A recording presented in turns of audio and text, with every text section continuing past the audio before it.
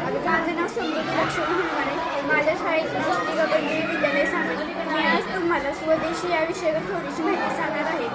स्वदेशी म्हणजे काय? स्वतःच्या देशाचा होय, जो स्वतः आणि देश या दोन शब्दांपासून बनलेला आहे.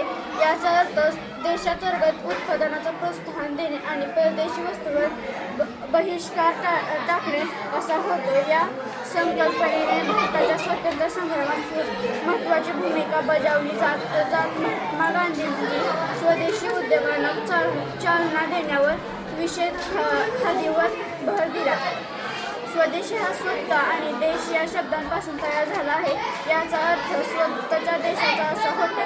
अर्थ ही एक आर्थिक आणि राजकीय संकल्पना आहे जी स्वतःच्या आर्थिक विकासाला आणि स्वातंत्र्य संग्रामाला बळ देण्यासाठी वापरली जाते.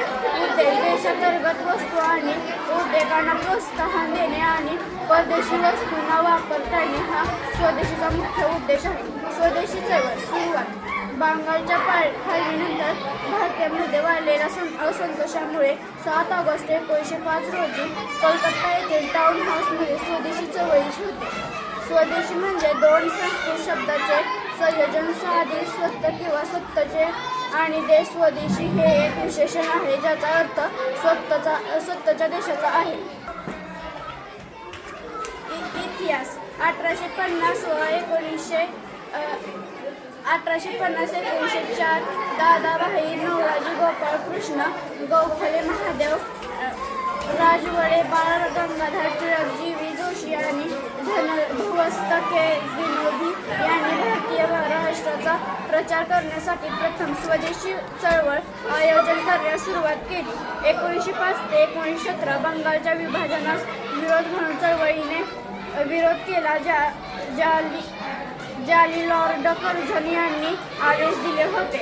1918 ते 1947 महात्मा गांधींनी या चळवळीला आणखीनच आकार दिला आणि त्यामुळे ब्रिटिशांच्या राजवटीत भारतीय स्वातंत्र्य मिळालं. 1871 ते 1872 चळवळीने बंगाली व इतर भारतीयांना ब्रिटिश राजवटीविरुद्ध लढा देण्यास प्रेरित केल्यामुळे शीख नामधारी पंथांच्या रामसिंह फुका यांना स्वदेशी चळवळ विकसित करण्याचे श्रेयही दिले जाते.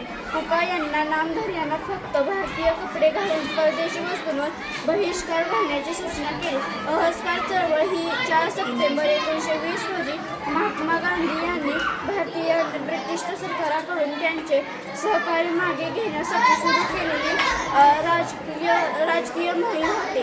गांधीजींच्या नेतृत्वाखाली सुरू झालेल्या या चळवळीला उत्स्फूर्त प्रतिसाद मिळाला असला तरी ही चळवळ अचानक स्थगित केली गेल्याने चळवळीने उद्दिष्ट सफल होऊ शकले नाही. तथापि ही चळवळ पूर्णपणे अयशस्वी झाली असेही मानता येणार नाही. भारताच्या स्वातंत्र्य आंदोलनात या चळवळीने दिलेले योगदान अतिशय महत्त्वपूर्ण असून संपूर्ण स्वातंत्र्य चळवळीला एक वेगळी दिशा देण्याचे कार्य या असहकार चळवळीने केले. या चळवळीची विविध उद्दिष्ट सफल न झाल्यामुळे तब्बल 1 वर्षात स्वराज्य मिळवून देण्याची गांधीजींनी केलेली घोषणा ही प्रत्यक्षात न उरल्याने काही तरुणांचा गांधीजींच्या अहिंसक लक्षावरील विश्वास स्वराज्य प्रतिष्ठासाठी अन्य पर्याय शोधण्यासाठी त्यांनी सुरुवात केली.